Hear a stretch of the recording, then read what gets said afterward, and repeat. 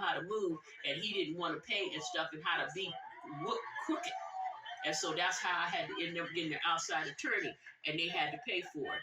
And that's when they slam dunked your daddy. Yep, that's me.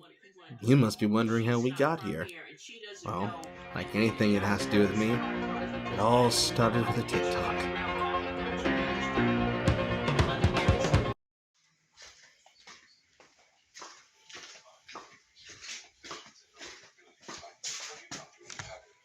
Are you in a mental place that's stable enough for you to have a bonding experience with your child, but may leave you upset about what niggas are doing to the kids? Say it again? Do you want to see a video? About some people hurting some children? I mean emotionally hurting, but yes. How bad is it, dear? It's not physical violence, mother. Okay, let me see.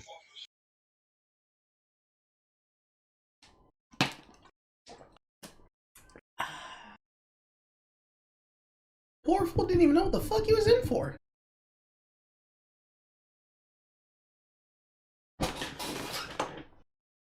Hi, I'm Carl.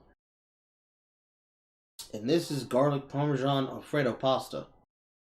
With shells and penne. Today is March 4th. The sirens have already gone off for my local emergency warning system test. And I've been a closet. I've been shaggy. I've been oh my god, I hate that word so much. I refuse to say the other one for approximately, seriously, 6-ish years now. But probably seeing more success within the last 3. I have been involved in relatively maybe 4 large drama scenarios, not because of behavior of my own, but because of people around me doing stupid shit, and me effectively being a tard wrangler for them.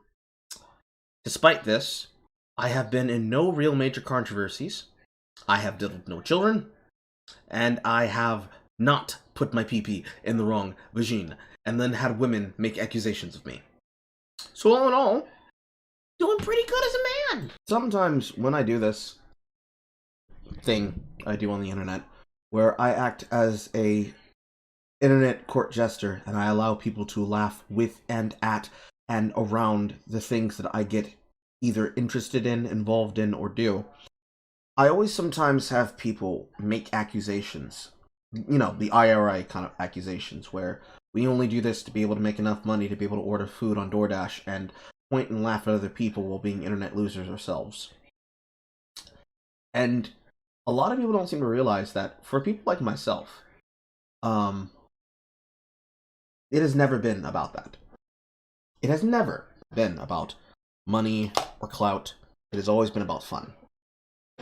Long-time supporters of the channel know that the reason I started even getting serious about this is because of a particular person who is no longer with us.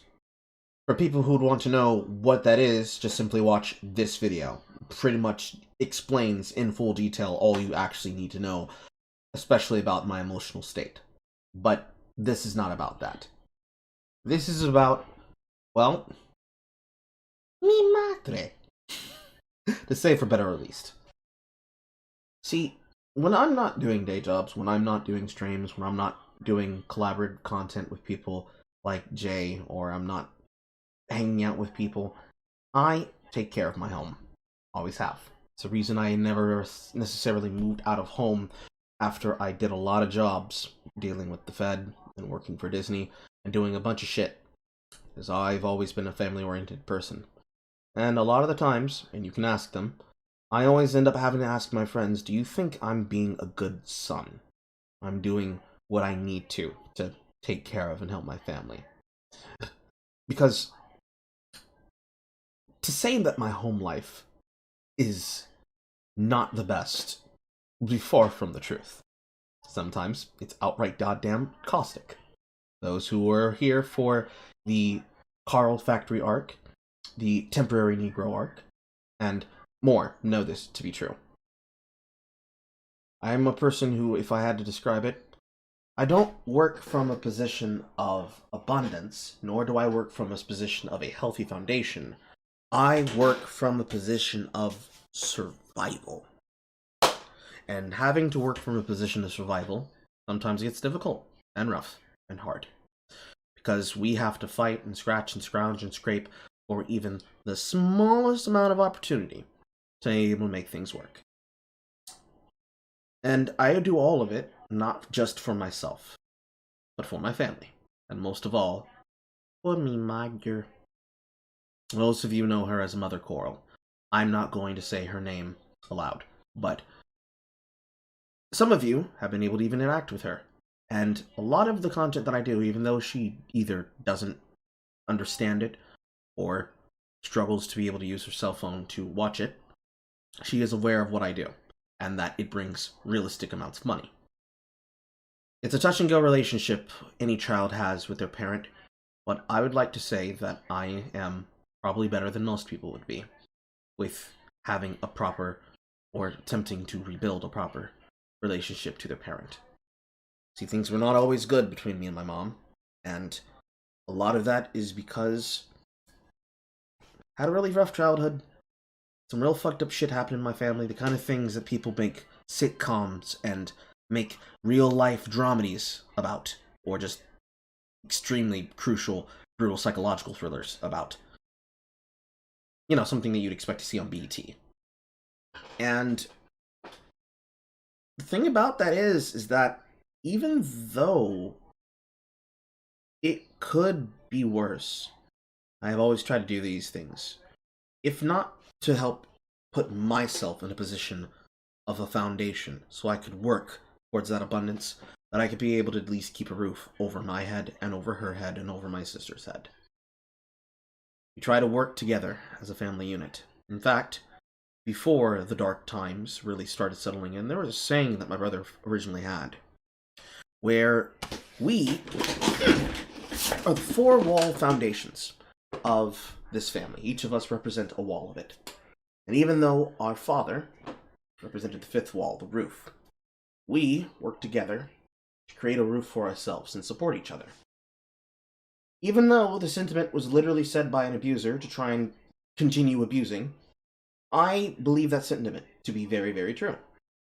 And I think the most important reason why anything has been ever be possible, not just between the relationship of myself to my audience, the relationship of myself to the friends that I've made over the years, whether it happened because of me being a thought on the internet, or because I just wanted to make friends with people and wanted actual people who cared about me, not clout chasers that tried to use us to build something for themselves to fuck everybody else over. Or simply wanting to make something that I could be proud of. My mother has been there for all of it. I have almost nothing that I could not directly thank her for, not between her and my godfather. And sometimes I try to keep that in mind, to remember. What you're about to witness is the result of what happened when I decided one day to walk up to her and ask her if she wanted to look at a video on TikTok. As you should know, my knowledgeable, encyclopedic knowledge usually lends to me having gluttony of the mouth. This is a trait that I picked up from my mother. This is going to be at least over an hour long. I thought about if I wanted to edit this down and remove bits to try and protect things, but I've talked to her about it. She's fine with it. None of these things are things that she's upset about being discussed, and I don't care because it happens to deal with me. But sometimes when I talk to my mom, she can talk for a while. Ever since the coof, or at least the danger in the society known as the virus of unknown origin that basically isolated her inside, she does not get to go outside and do things. She doesn't get to go to concerts. She doesn't get to see her of-age friends, the ones that she still have that are no longer, or at least still here with us, and not the ones that are no longer here with us. She gets lonely. All she has is her cell phone, cable television, me, her daughter, and our neighbors. Now, I've tried to do my best to get her to socialize with our neighbors, and she at least likes one set of our neighbors. But outside of that, and her friends, if they don't come around or they don't call her, or even our old neighbors from our old neighborhood, from the first house that I bought, she doesn't have anything. So when she gets to talking, she gets to talking. And I decided, wouldn't it be great if I could actually be able to at least show how far things have come between me and her, where we would have non-stop shouting matches in each other and just a wholesome mother-son bonding moment over some tea. And that's really the purpose of what this video is for. I got a lot of things in the background that I'm working on, and I also got a lot of things that have just come up that need to be handled. So, between content, while they're working on their stuff, the editors, and I'm working on these reviews I want to fucking publish so that you guys have more content than just seeing daily videos come from TikTok, I decided I wanted you guys to have at least a window into my house. So, this is that. That is what this is. If you want to do nothing but play some video games in the background, you should do that. There's not going to be a lot on screen that's going to change. But yeah, here we go. Get ready to see where the autism came from, baby! It's going to be a wild ride. It's going to be a wild ride. Y'all are going to hear some things, and y'all going to have some things explained to you that are going to make a lot more sense when you come out on the other side. I'm going to see y'all when y'all see ya. And, have a good day, good evening, good night. Okay, bye now. Hair gotta go. Let's get it. Why are you doing it? It's over with. Why? It's over with. It's over with. The hair gotta go. It's over with. It's over with. I didn't do that. It's over with. I didn't do that. Make it worse. There you go. Right. It's over with. It's over with now. It's gone. It's gone. It's gone now. It's over with. I didn't do that. It's over with now. Because the child did something, so they discipline him by cutting his hair. Yes. That's no, that's not that. I don't know who was his parents, but that's not the discipline for that. Whatever it was, you don't go cut hair. That's like stripping a person because they fell down in the dirt and you strip them to be butt naked. That's wrong. Mother, when I tell you everybody in the house gotta die now, I'm joking, but I'm not joking. Then I'm going last, because I'm not going to death row. What are you talking about now? If you would ever done this to me. The reason why I don't do that, I didn't do that shit. That's the dumb shit. That's the point of what I just said. I just said your father tried that's why I'm not with him. Dave was like that. Imagine if I went to school and some shit had to happen to me like that. Bald head and like, Carl, why you bald? And then it's them mocking and laughing because dad didn't post the shit on fucking Facebook. Everybody in the house gotta die now. I'm not living that embarrassment. I can't do it. You don't even put that out in. It's your late grandmother would say. You don't even put that out. You go to the person, your daddy's people side. Because your grandmama, believe it or not, Miss Annie Grace, I didn't know it till after my divorce. I didn't know that she didn't get past the fucking 7th grade. That's kind of fucking sad. Yes. And I didn't know that your dad didn't graduate from high school. I just found that out through a person that went to school about 3 years ago. We was living in Amber's condo over there off of TikTok. Somebody said, is you related? And I said, no, I'm not married to them anymore. They said, didn't you know that he never graduated? They said he got a GED in the military because they said he was so bad that he said he had his people in Baltimore took custody. Now that part I knew until I talked to your real grandfather who's still living. He's now 80 years old. His name is Mr. Junius Wilson. And if you remember, and great-grandfather Wilson passed away 2 years ago. He was 99, and he was the one who gave me money for you, Amber, and David, all during that time. And he told me, he said, baby, he said, I know you got to go where the children is. He said, and I don't want nothing to happen to my grandchildren. He said, but he said, you should try to stay here in Maryland, not before your Uncle Sherman passed and your Uncle Charles passed that lived up there. He said, you need to stay up here. He said, with your job and with these grandchildren, we'll help you. He said, because we'll tell you, if you go to Georgia, they say, we don't know what that she-devil, and her step-husband, his stepdaddy may do. He said, for somebody to change his name out of hatred, revenge. No, he said, what did great-granddaddy say? He said, revenge, hatred, because she got caught for lying and being fast at 14, dressing up, going into clubs with 18 and 20 years old, sneaking out the window in Baltimore, Maryland, when the grandmama, her mama, them didn't know she was sneaking out. And Leola, her sister, which is your auntie, she was younger, and she would threaten her if she told. She would help her get out the window and help her get back in, because grandma had to work. Their mama had to work like janitorial work. So that means that she had to leave the house about 4 o'clock, and she didn't return back home until about 4 or 5 in the morning. Auntie Grace was supposed to get out of school, at the school around the corner. She go stay at a girlfriend, tell the grandma, because grandma's never back in that day. She didn't check her because she couldn't check her. And Leola would tell stories. Leola was a smart one. Leola graduated junior high school, and went to college, Baltimore University, and got her teaching degree. Okay? Auntie Grace ended up pregnant with your daddy and your auntie Teresa. Okay? And then I just found out, I thought that they had the same daddy. Grandfather Wilson said, no, baby. He said, the only one that's legal is my son, which you had to divorce because of his ignorancy and his hatred and his devilment. She said, and he paying the sins for it now. She said, and Auntie Grace is too. She said, I said, well, isn't Teresa? And he said, no. Teresa is a miss in between. She's either Raymond, the late Raymond Carlisle's, or she said, or a Jamaican man that Annie got caught with. And she said, that's how I divorced her.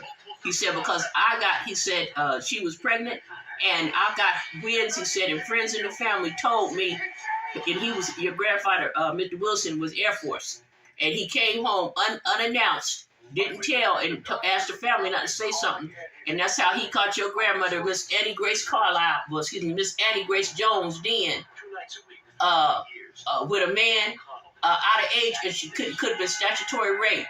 But Grandma Jones, her mama, didn't understand law too good, because she didn't have but a 5th grade learner. As they say, Mother Hushwood said she didn't want the man to go to jail. And so your grandfather Wilson was only married to her, they said, 14 days. Grandma Victory and Grandma Wilson. That's who took care of you. And Grandma Wilson, Victory, she had 2 properties. Her and great-grandfather Junius Wilson, they had 2 properties, and we stayed in one of the rental properties in Baltimore. And I was expecting with you. I already had Amber and your brother and your sister. And she came and gave $1,000 to me. She said, don't tell Annie, don't tell my grandson. She said, you take this money. She said, when he moved you, because she said the military moving him to Georgia, she said, you go there. She said, because Annie Grace Carlisle will try to kidnap your children. And when I got here, I didn't know that he had not been around her for 19 or 20 years. And I kept saying, oh, what could, that's sad that he didn't grow up with his mama. So I told your grandmama, my mama, Miss Alversa, and I told Opal and Sherman them, and they said, well, they said, they should see the other grandparents. They said, but don't let them go. And Lanita, which you knew in South Carolina, we stayed with her. She came and helped me to move here. And when you guys lived in your childhood home. And she said, Alva, you better be here with these kids. She said, because I don't like the way your mother-in-law is doing. And it was your Aunt Teresa, before she decided to go from heterosexual to become bisexual or whatever, she said, you better not trust my brother and my mama. She said, there was 2 snakes in the grass. She said, that's why I don't bring my children around and I don't have nothing to do. She said, but I'm getting ready to flip everybody out. And so she had to go back overseas to Germany, and that's when her and Dwayne got into a fight. And they had to ship Teresa back, but they were going to put Teresa in jail in Germany because she choked the hell out of a German woman for screwing Dwayne. And then she tried to kill Dwayne.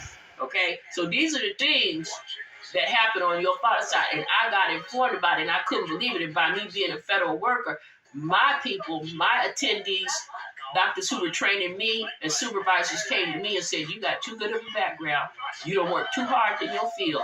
You done slaved, worked 2 jobs, federal and city, to raise these babies. They said, you let us. I said, well, who's going to help me to take care? Because I said, my income here and the way things is, and I don't have any family here. My family would have to come from Maryland, Louisiana, or California to help me. She said, well, then that's what we're going to have to do for you. And it was that white woman that was my attendee, and she was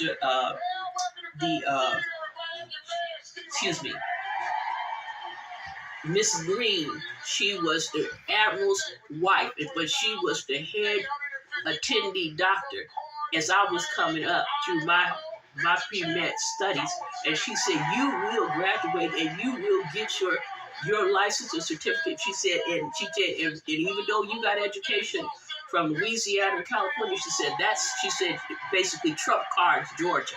She said, but there is a claw here because you're a federal worker. She said, we're going to use it. She said, normally they would make you redo the test here. She said, you're not going to do that. We're going to grandfather you. She said, and that's when she said, you're going to have to get an attorney. Because I had a military attorney, they call it JAG lawyer, but they was feeding your daddy's attorney everything that they were supposed to be helping me. They was telling him how to move, and he didn't want to pay and stuff, and how to be crooked. And so that's how I had to end up getting an outside attorney, and they had to pay for it. And that's when they slam dunked your daddy.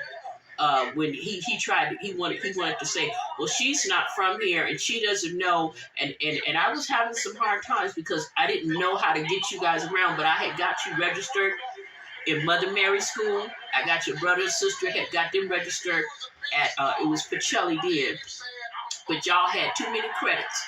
Amber and David had too many credits coming from California, and so they could go to school for 3 hours, but you was the youngest, so you had to stay in school full time. And I said, well, I don't want them in no public school. I came from parochial, and so that's how they helped me get you to Mother Mary School. And then he had to help pay for it. Then he stopped paying, and then you was having some trouble adjusting with kids, and that's how you got in a fight with Mr. Powell's son or something when you was 7th, 8th grade, but he lied. But see, that man got in trouble too. I didn't know he was a dirty son of a gun. He was trying to rape Amber and tried to beat up David. When Amber, because Amber could leave Carver and go to USC early for early grades. And David was transferred from Carver Magnet School over to Jordan School because of us living in the district. They had changed it. And you was still a baby over and found out that his son was going over there because his wife is military. And he had a girlfriend at Jordan that was liking your brother. And it didn't come out until Mr. Stone, the principal who you remember at Jordan. You remember him? Yes, I remember the asshole. Mr. Stone was an asshole to you? The principal that you're thinking of that I like was Ricky, the one that I wrote a letter to the wife's daughter. Mr. Ricky, Mr. Stone. Was his last name Stone? Yeah. There was another Stone named Aldris, and that was the asshole. No. Mr. Ricky, I'm talking about Mr. Ricky. That's the one who liked us. Yes. He came and told me, he said, I shall not, and he was from Harris County. He said, Miss Marchette, I wish I had known you. He said, I could have got a gene over into the AP program in Harris County. I said, how did I get him there? I said, because he said, I could have made that arrangement. He said, I did not know that his father, your husband, soon to be ex-husband, was doing. He said, but the gene has a good ability when you got into Jordan. He said, the gene can get, that's when, I think it was, Tuskegee was coming after you because a black counselor was in your favor. I forgot his name. Yes, the black counselor with the dreads who then married my science teacher. Yeah, he married your son, right. he put a good in thing, and he got you. Then Mr. Graham put a big thing because you did good in the skills program and everything. And that's when they found out that David was your brother, and he was doing wrestling. And Mr. Powell stopped him from doing wrestling because he used this girl. The girl that the girl was liking David. David didn't even know the girl was liking him because somebody had told him. But Mr. Powell was messing with her. Okay? And then when the girl came clean and told, I think it was Mr. Ricky, and then Mr. Ricky had to tell the other principals and I forgot the black lady counselor that was there when that boy, they jumped you to steal your money. Mr. Graham pressed charges and Mr. Ricky pressed charges, and that's when the judge, Mr. Acorn, the judge, Acorn pressed charges and put them, in trouble in jail. And y'all had to go to tribunal, and then Miss Carpenter and everybody. That's when Miss Carpenter, because of her background as a retired colonel, she found out some stuff on your daddy and your grandma and them. And she said, ooh, Albert, she said, get the hell away from this man before he harmed. And that's when your daddy was trying to say that I couldn't handle raising you and your brothers and sisters, and that I should be put in a mental institution. And they came against him, okay? And that's when your auntie and Uncle Sherman, before he passed, and Uncle Charles and Opal came to Georgia, and they told your dad, your as your uncle would say, your donor, fuck with my little sister if you want to. They said your ass is a Navy nigga. They said your ass gotta go on a ship. They said either divorce her or your ass will make her a widow, or we'll help you to make her a widow. And I didn't know Uncle Rodney succeeded your father, because your father got kicked out of the chief warrants officer program, and he tried to blame it on me because I filed a divorce, but it wasn't that. Uncle Rodney told and came and bared witness, him and Mr. Green, officers, a white officer, and Mr. Green, they was under your daddy. He was ranking him, and they said he was a brutal, vindictive supervisor. He was an ass kisser, and he was a snake in the grass. They said he would go after men's girlfriends or boyfriends, or he would use that against the sailor if they had to come to him and say, I need time off to go see about this or that. And he said, well, I'll give it to you if you let me do this with your kid. That's how I didn't know your father was that wicked. And so that's when I got the word from my supervisor. They said, you're going to have to go to your medical doctor, take your children to counseling, and that's when y'all got put in counseling. And Amber and David, told what they told, and you were still young. But the doctor that saw you, I said I would never forget his name. He was so good, because he was the mediator, and he was the one, you were seeing him, and he said, this boy will not be able to go in. I think he told you in front of me, he said, he won't go into the military. He said, because of the mental anguish that your ex has put on you and put more on this young child. He said, the other two will probably survive and they would probably go. He said, but this young one, he said he's too brilliant and too smart to be. He said, if he goes military, he said he can go state and federal. He said he would be good for, and that's when they helped you to get that job at the Labor Department, Mr. Graham and all of them, and some of the labor people. They said, oh, he is so good. And so that's when I asked one of the military people, I said, well, he said, well, he won't go. He said he can be military, but he would be more linguistic. He said more of our IT specialist than somebody going into the fields. He said, like a grunter. He said, we wouldn't want him doing that. He said, but he would have to be tested. He said, everybody that goes military has to do a certain training. He said, he's not. He said, his IQ is too high. He said, but he doesn't tolerate people's nonsense good. And I said, I mean, he's not a good communicator. They said, no, he's an excellent communicator if he gets people that is on that level. He said, but if he gets an inferior like his father, our grandparents, he said, we have seen them. We've talked to them because the courts had to talk to them. He said, you didn't know nothing about this dude, did you? I said, well, everything he told me. And that's when I found out. I said, he said, he's not a graduate. He said, your children have his children have surpassed him. I said, what do you mean? He said, your oldest two have graduated high school. Your husband never graduated high school. He said, the laws back then, he could be wrote in by his parents. I said, he's not a grad. They said, you are a graduate. They said, not only an undergraduate, but an upper graduate. They said, and most likely his children will succeed him as going into a 2-year university or university. I said, well, how does he make it through the military? He said, he said, back in those days, people would try to help people. They said, your ex is smart, but he's not smart enough. They said, he's smart just enough to lie and cheat his way through. He said, but he's been caught now. And when that man, Mr. Green, and Uncle Kelly, Rodney came, and Mr. Stone, Mr. Ricky came, I forgot the council lady. She was a black woman, Mrs. Johnette, and they moved her because Mr. Powell and her got into it. And that black council with the dreads came, and they swore about my background because I was working for the feds and working at the school. If you remember, I worked with Miss Powell was a white nurse, and she had gotten sick, and they had Mr. Ricky had me because he came from Richards, and when I finished at Richards, so I could have some more extra money, he brought me over to Jordan, but I had to. You would take your medicine, but I had to have somebody else in the office because it was like conflict of interest. I remember, Mother. Everyone was terrified that we had power where we actually didn't, and where we did, they were like, "Oh, they don't know nothing about this thing." Carver would back him on the fucking head.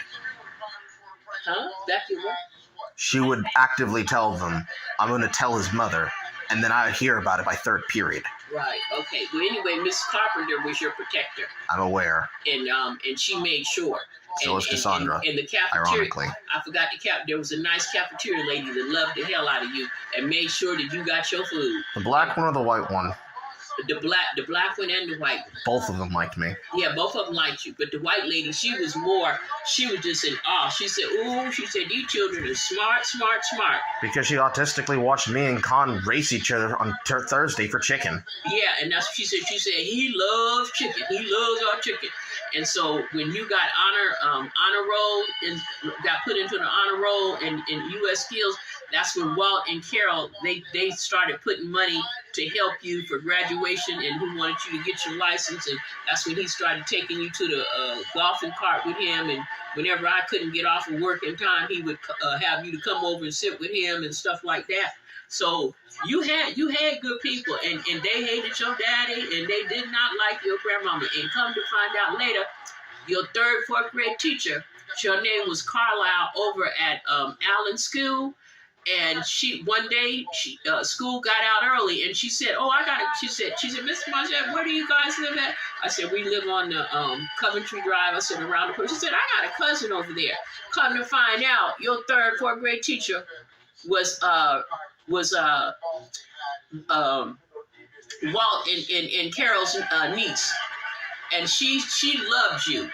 Because she said because she said you would finish your work and the kids would start making fun of you because she had to give you something else to do, and they were like, "Oh, he's a squirrel, he's a this, he's a that," and you got into a situation with one of the you was 3rd grade, but you was tall for your age, and the principal loved you because that's when they said you like to help with selling donations and stuff like that, the cookies and Girl Scout cookies and helping out, and so. Amber was starting to do jewelry because she got early graduate and went into the university, and that's when she had you to bring some of the things, and the people was buying them, selling them, and so you became real popular. You and Amber and in the 3rd and 4th grade teacher, and the little boy, white boy that was in the 4th grade, he was calling you what is it? What's that purple? It was a show that used to come on with the purple. I know you know what it is. It's because they won't play it no more because they said it was making sexual conducts. Purple. I guess he was like a dinosaur or something. Barney, there you go. I couldn't think of the name, so you know what it is because that's way back in Mama's time. So anyway, he was calling you that. And you would tell him, "Don't call me that." And we was telling you can, and Auntie had, but that's when Aunt Opal started coming, and she would walk you to school, and she would tell you ignore that. You tell them I'm not Barney, and you go tell the teacher. And so they caught you somewhere between a building and somewhere on the cross yard, and some kids, they was all white, and it was one black and one little white girl, I guess, who was liking you. Opal called her a snowflake. So she went and she said, Miss Carlisle, she said, they got AJ out there, and they beat him up, and they're hitting him and calling him Barney and this and that. And so back then, Barney was considered a nigger, okay, basically. And they just wasn't saying it, but that's what they was meaning you, calling you. I know. I remember that fight. I bounced Boston's head on the fucking log like a bowling ball. And so that's what they said. You, I guess, got the best of him, and then he was starting to cuss or whatever because he had some words that they said that he like adults had. Yeah, because none of his friends helped him because I bounced his head on the log like a bowling ball. So anyway, that's fine, Gene. But anyway, they called, and I was at work, and Auntie had to come. And I think it was Miss Moeller was her name, or whatever her name is, Miss Mona, or whatever the principal was. I don't want to have to do this. Opal said, I will come get my nephew. She said, don't touch him. And they said you was crying. Said, you just got your eyes checked. We was just finding out that you would have to wear glasses off and on. And when Aunt Opal said she got there, she said, you ran to her. And he said, Auntie, I really tried not to, but they was called. She said, it's okay. She said, you told the teacher that someone told. And so the principal said, I'll take care of it. But they wanted to wash it under the rug. So because I was in a divorce thing and I had you guys in counseling, that's when you had to tell the counselor and I had to tell the attorney and everything. And then they said, this is due to the psychological damage that your dad was doing. And he didn't want to come up to the school. You know, he had all kinds of excuses. And then grandma and granddad tried to come up there in place of him, and the court and the counselor said no. No, it was Isidore. Isidore said no. Actually, his exact words were, fuck no! Yeah, exactly. I couldn't get Mr. Isidore's name out. So anyway, Mr. Isidore, his wife, and everybody loved you, loved us, and they came and they testified against him. Mr. Isidore, that's when, before I got you to Mother Mary, Mr. Isidore said he was going, whatever school was somewhere over in Lee Russell County Middle School. I remember. You gave him permission to whoop my ass. Well, I had no choice, Ajay. It was conduct. It was only if you got out of line. And he said, if you don't get out of line, you have no trouble. And Mr. Isidore was one of the best, because Uncle Charles... Am I disagreeing with you? Huh? Am I disagreeing with you? No, I'm just saying to you, Mr. Isidore came to me and said, he needs discipline. He needs a man person in his life. He said, I'll try to help the other son, but he's a little bit too old, and he's not going to hear me. He said, I can help with a gene. And Mr. Isidore wanted to choke the shit out of your daddy, because it was something, I don't know when it happened, but you told Mr. Isidore about it before you told me. And that's when Mr. Isidore's wife and all of them, and my counselor, and my bosses at the hospital, and the ones that knew me working for the short time in the district, and Mr. Ricky, that's when they said, we gonna need to get this from the counselor. And that's how they ended up getting you signed up to where we got funds. You got funds for extra stuff, and that's when Mr. Graham said that you could work for him, okay? And that's when the Labor Department allowed you to work for Mr. Graham as a student worker or something, and he said this would give you training, plus he had you doing computer stuff as on top of doing U.S. skills things, okay? And you wanted to get mad and angry with Mr. Graham and with me, because you didn't want to be with Mr. Graham, where you wanted to go over somewhere. No, what I wanted you to do 3 things at once, because we had open journeyman positions for electricians and for metal construction workers. I was lining up a job for Pratt & Whitney while also working for an architecture position for internship. Well, you were constantly blocking it. That's what Mr. Graham put you into, so he was telling you, but he was giving you, because Mr. Graham is now, if you know it or not, they're looking for teachers, and I'm sure if you want it, he would probably be able to put you in. They are looking for previous graduates and those who have any college credits behind them or either have their degrees, because they done lost a lot of good people. But they want to show the people. And Mr. Graham is now the director. Your school has now, it was going into that with Mr. Graham when you was there, because y'all was the, they called the research, the coming up to make Jordan an academy. So now where you was going to school on that section over there in Mr. Graham's classes, that's called the academy side. Now the regular high school side is on the other side of Jordan. So anybody that wants to go to Jordan now, if they don't have the kind of skills that Mr. Graham was doing with you guys, they don't get to come into the Jordan Academy side. They have to go to the regular Jordan High School. So that's how you guys was the innovation or the technology to. The word is vocational tech, mother. There you go. Whatever it is, it's now an academy. Your vocation. You now you would say that you graduated from Jordan Academy, okay? Because of the way the school has been divided. And Mr. Graham, I guess, is about ready to retire. And I guess they're getting ready to try to bring somebody new in. But they are asking, the whole district is now, because of what's going to happen with the pandemic and all the students. And so now your school, not only do they have vocational, they even got RN programs and fire department and police department technology programs for anybody that wants to go into that. And plus they still have the ROTC there. But now, if you are an AP student like you were back then, you automatically get to go into these different trainings unless, somebody says otherwise. Okay? Now, they said your counselor that married your science teacher, he was there, but they don't know where he's at. He's now, they consider him, I guess, the big guy down at the district for psychological, for any teachers or anybody coming in. So you got all of these people. If push come to shove, if you wanted to work for the district, and you go down there and talk to them. Okay? I'd probably have to ask, I forgot what her first name. No, her first name is Karen. They stationed her at Shaw. After she left or was replaced, she bounced around to a couple places. I know that my old English teacher, the tall black one with the mixed husband, I know she's now a principal at, actually, I don't even know where. I want to say Allen. Might be. Danya Albright. All of those was now Richard Allen and Hardaway is called the Cluster Academy District. So you gotta live in the vicinity, or you have to have the grades to get in there. Okay?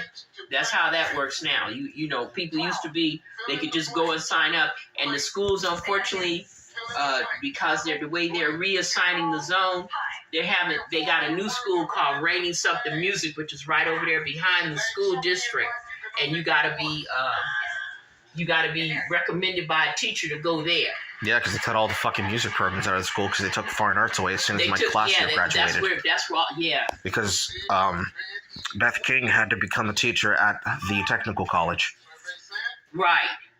So, the nursing program that used to be at Columbus Tech, they still have it, but now they have it where if you're coming out of the academy, out of Jordan or out of Carver now has they had it back then with Amber there, but it was called the computer science, which was under Miss Cox, Dr. Cox, but she's retired.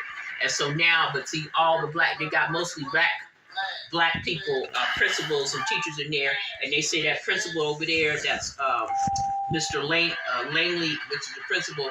He is his parents used to be administrators in the district. They said that son of a bitch, he's a snake in the grass. They said he's a crab in the barrel. He's a black man and he's a Dignity 9, which is what I am, a Greek, but I'm an unsocialized Greek because I don't pay dues anymore because I learned some things later.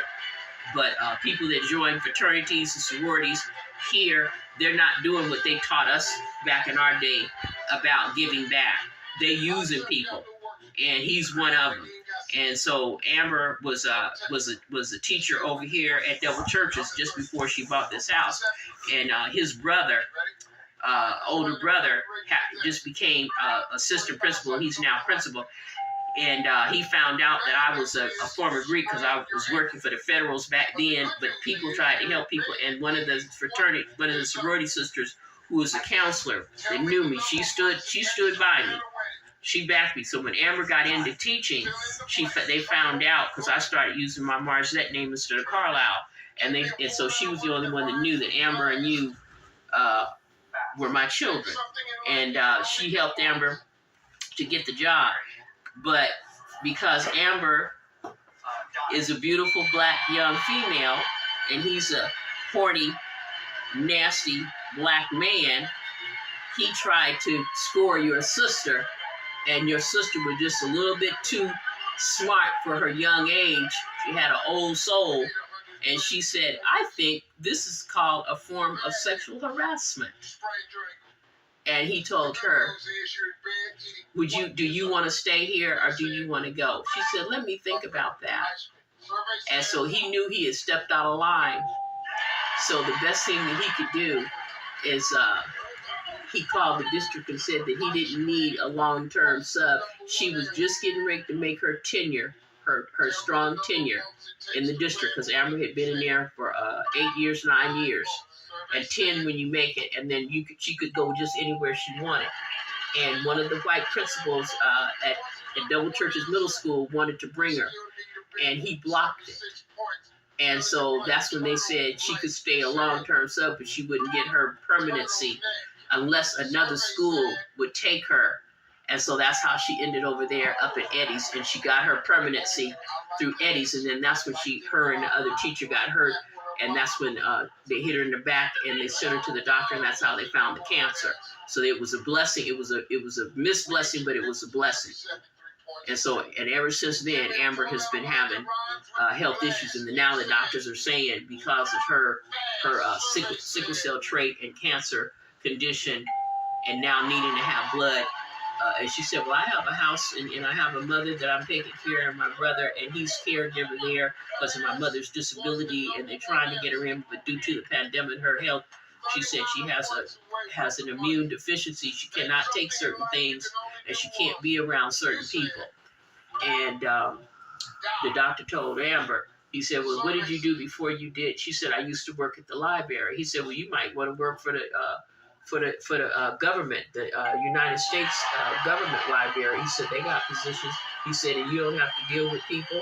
He said, but you would have to probably move. He said, you could still have your house. He said, but you would get to come back. And she said, where would I get stationed? He said, well, we have offices in Atlanta. He said, they have offices in D.C., Maryland.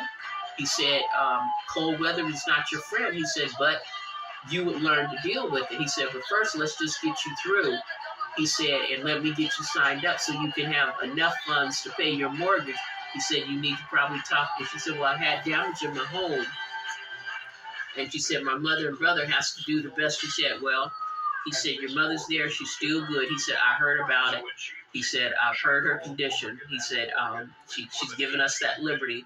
He said, it's just too bad that you can't drive. He said, I don't recommend you ever to drive. He says, because now Amber has something like a grandma, like it's not grandma seizures, but they're similar to that because of this condition that she fell under. And he said, your brother, she said, does he drive? She said, I don't think he wants to drive. She said, I know when I go out on the road and I drive or people drive me, he said, I don't blame you. He said, with all of this pandemic and what did you call it? Road rage, and he said, and accidental shooting. He said, me as a doctor, he said, I was coming to Columbus for my patients, but now I have them transporting y'all up here. He said, it's just too scary. And so I just said, when you showed me that, it just triggered me, because that's the kind of shit you guys didn't know nothing about sodas. Because Aunt Opal and Uncle Sherman, everybody, because of my field and what I was going into and what Uncle Sherman was, he was a biochemist, your Uncle Sherman, and he graduated with the military as a captain. But they was calling him journeyman back then. He was biochemist.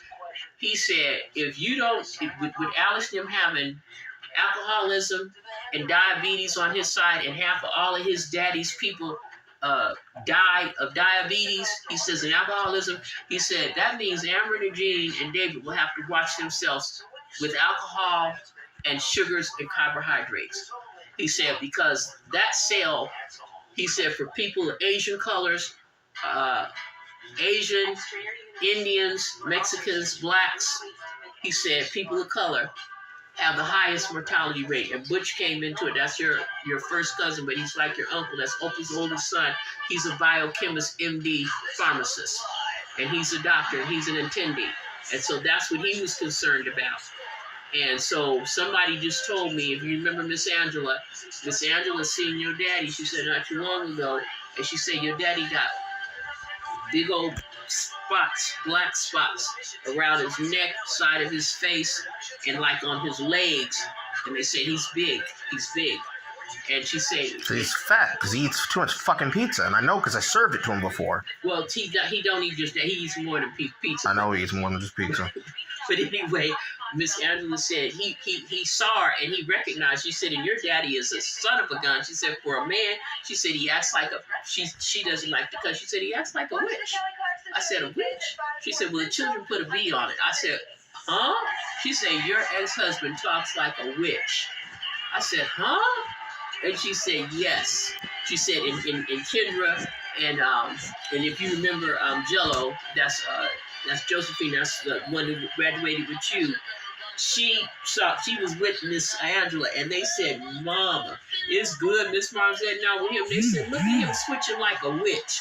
They said, look at him talking like a witch. And they said, and she said, when she said, do you remember who I am? He said, I can't remember nothing. For sure. She said, when did your husband start doing the hand thing? I said, I don't know when he did that. I said, I didn't never see that. I said, I've heard people talk about it. They said, yeah, he's got a hand thing. They said he's got a switch thing. And so she said, all of a sudden, she said, this crazy woman come up from behind. Who you talking to, nigga? I didn't tell you could talk to anybody. They said your ex crumbled up under her. I gotta go now. He said, there were some people that knew me and knew my children, my ex. I don't want to hear shit about your ex, and I don't care what they know about your children. Get your ass on. And so Kendra is like you. Kendra is Miss Angela said, her black sheep.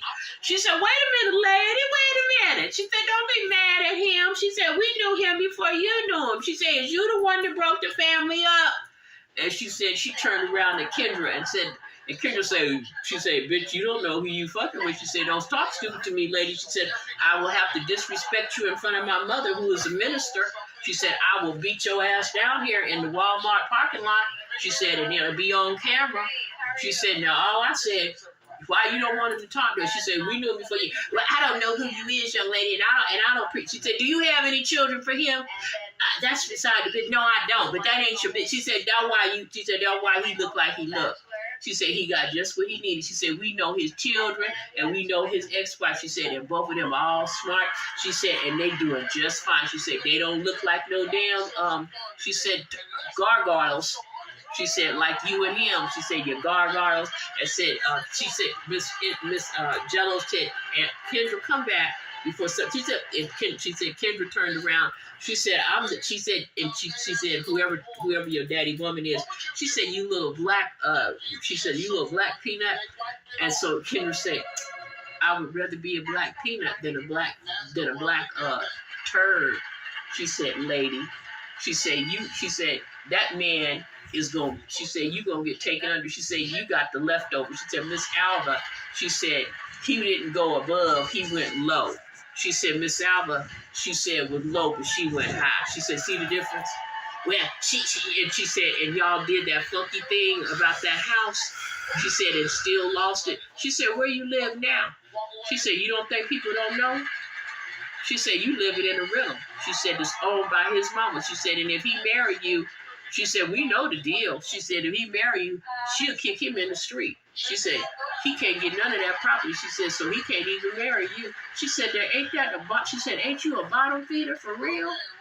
She said, after 15, 20 years, she said, you still the side chick? As old as you is? She said, lady, please. She said, and he'll go with a young woman. She said, he'll drop you right now. She said, if I turn on, she said, because he tried to come on to me. I said, Miss Angela, she said, I didn't know it either till Kendra said it. We know what kind of man my father is. I said, really? She said, well, Kendra said, yeah. I said, what? She said, yep. The man brought women around when he had me for visitations. Like, Well, just the same one. And I said, well, I'm sorry. She said, well, Miss Alva, she said, you did well. She said, you went a butt up. She said, as they say, you went high, he went low.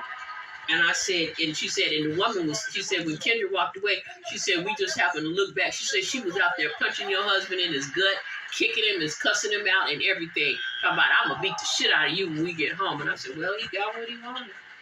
I said, and so Miss Kendra, her daughter, she said, Miss Alva, she said, you so kind. She said, you should have kept him. She said, you could have beat his ass up. I said, why would you want to keep somebody that you beat up?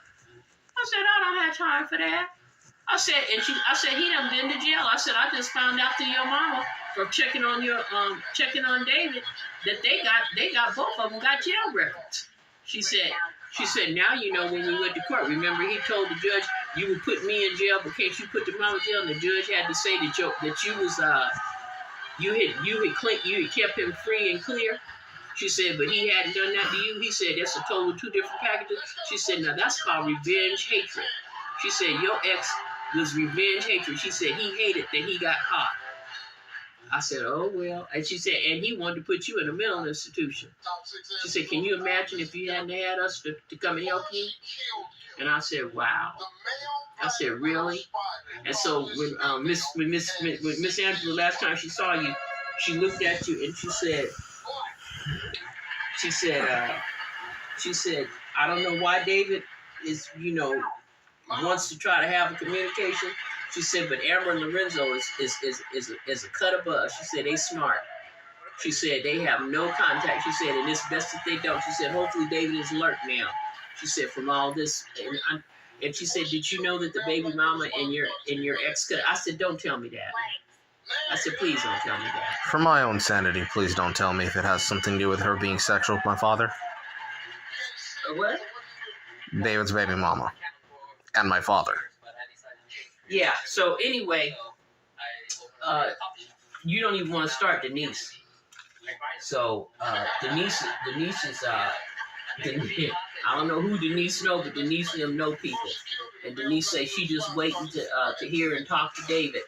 And she said once they have a talk, she said we're gonna have to check. She said that grandbaby. She said I know where your grandbaby's at. She said he's in the custody of some family friends or something. I said, is he okay? She said, yep. She said, but you're going to have to. She said, I know you don't want to hear, but she said, Alex going to have to do another test on his baby. I said, really? And she said, well, there was 3 guys before. And then she said he had nothing to do with her for a while. And then they said it came up. She said, that's because she had multiple contacts with other men right behind having something with David.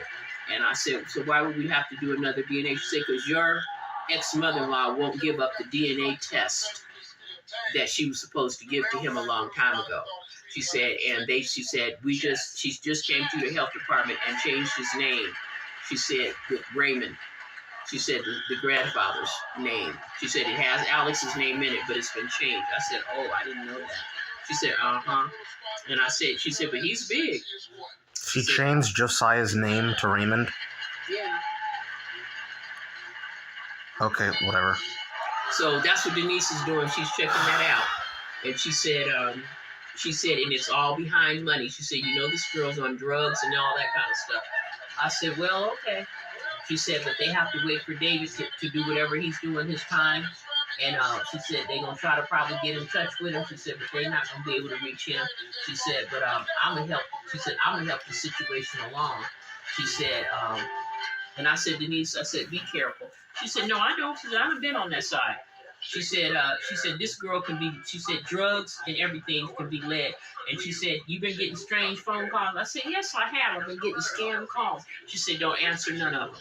And she said, tell her Gene, don't answer none of them. She said, that's them. She said, they're trying to find out where he's at and everything. She said, he's in a correctional center. She said, up towards Atlanta. She said, it's about 3 hours from us. She said, it's about 45 minutes an hour from the city of Atlanta. She said, it's a correctional place of detail. She said, they're doing an evaluation on him psychologically, mentally, and physically. She said, I know where it is. And she said, because Alex has good skills and education background, an honor student, etc. She said, this will be his first misdemeanor will turn to a something. She said, due to this law that just came in, she said, him and 40 other. She said, but Alex would probably be honorated or given some time off. She said, but I've already told him he'll have to go through his 12-point counseling. She said they'll put him in an alternative house or whatever. He will have to stay clean. He can't be around nobody. She said that's been, she said that dude, she said that I can't stand. She said Xavier. She said, y'all call him Zay. She said that motherfucker, she said, was the one who did him in, and that girl, baby mama. I said, no. She said, yes, Miss Alvin, I don't have time to get it. She said, trust me, I didn't like him then, and I told Alex then. She said, and before my husband, Catman, died, Catman said, you better be careful. She said, she said, all of them times that your bank account come up short and money was being stolen, they said they were a part of it. And I said, well, you know, it's really funny that he hasn't had no contact with you. She said, and he ain't going to have no contact with you or Amber or Lorenzo no more. She said, don't fall. So I didn't know. But there was another girl named Amber that was coming here that Denise know, and she told Denise, she said, you better tell Miss Alva, Amber's mother, and Eugene, don't trust Xavier no more. She said, that guy tried to use me and said I should have ran through you and Alex's sister like I ran through his baby mama. Now, what does that mean? So I said, well, I didn't know that. I said, but you know, it's funny you tell me. I said, because his last words is that he wished he was legally my son, because he said he was envious of Eugene and Alex because they were smart and they had good intelligence and good jobs. I said, so I told Denise, she said, well, that's not what Amber said. He told her. He said, yeah, David was smart. Alex was smart. He said, but I was the man with the muscles. He said, I'm a part of a gang. It was something Crips or Blood or something gang. He said, and I kept him off his ETP. ass. Huh? ETP. Whatever. And so she said, ETP. Evil Twisted Psychopaths. David got into it when he was in school. His old group of friends was a part of it. Well, anyway, Denise said Alice didn't know shit about that. And she said she tried to tell him back then that this dude would turn on him. And she said, Mother, she said, you was looking at this. She said, that's why he got out your house. She said, because Amber had cameras and started having a gene to put cameras. She said, you had therapy and you had medical people still coming. She said, he had to get out of there. She said, they're the ones. She said, Alex was a witness of a crime and he was a victim of a crime. She said, and when he was in the witness program, that's why he left. She said, but then he got strung out. They paid him some money. They became friends and they used him. They said, that's why I told him, if you don't get out Miss Marzette's car, she said, I'll call the police my damn self. She said, but that almost put you in trouble. I said, it sure did, because my doctor at that time, I said, Alex had left me and Zay and Eugene had to call me to get a Uber to get home. I said, and my doctor said she didn't want me to lose my license or to put Amber's house or put my other son in jeopardy. And she said, he could never assist you again. And I said, they put me under medical mandate from that point on. I said, that's when Amber had to, Eugene had to go to court. I said, even though it's over now, she said, well, Denise said, Mama, it's over, but it's in his jacket. She said, Alex can never be affiliated. She said, now, who is Demetrius Clark? I said, that's their cousin. What the fuck does Demetrius have to do with all this? Well, let me tell you what she just told me. And she said, we were doing a background check. She said, Alex, she said, who is Demetrius Clark? I said, that's Teresa's oldest son. And she said, well, Eugene, you and Amber, she said, if you didn't know it, you better know now. He is considered an ex-felon. I said, what? I said, when? She said, I said, that was kept quiet. She said, didn't Eugene go to Tuskegee or Alabama University? I said, he was to get a scholarship there. She said, well, he was considered a drug dealer at ASU. She said, and they busted his ass, and he can never graduate from a university or go to ASU ever again. She said, it's in his record. She said, he's been out now. It's almost 10 years or 12 years. It's off. She said, and if he goes and if he keeps his nose clean, she said, but Alex cannot be around his own cousin now because of his background. I said, well, I'll be darned. I said, Grandma never kept that quiet. She said, that's what I'm trying to tell you. Your father, your ex-husband, and your ex-mother-in-law kept secrets. I said, I remember now that when he had gotten in trouble because I said we had just moved into our house, and they said Teresa had to have the grandmother and the grandfather had to go somewhere, and they helped. I said they said he was going to the hospital. She said, yeah, he was going to a correctional hospital. She said, because he was an addict and he was a dealer on the university. She said, and someone got drugs from him and they died. And I said, well, she said, well, that, I guess they didn't want you to know. She said, but I'm telling you what we found out. So I asked Miss Angela to verify that, and she said, I don't know how Denise knows. I said, well, her sister works for the jail. She's a nurse. She said, oh, that's how she knows. She said, well, she's right. She said, and I was just going to tell you that either you have somebody, a family member that he won't be able to be around. I said, well, he's got a brother named Darius. She said, well, she said, maybe Darius can. She said, who lives at 5 Kensington Court? I said, that's the grandmother's house. She said, well, that's where he stays too now. I said, no wonder David said he couldn't go there.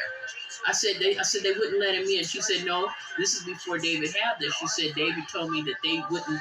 It was raining one night and he had to walk. She said, and he called me and I came and got him. She said, you didn't know about that.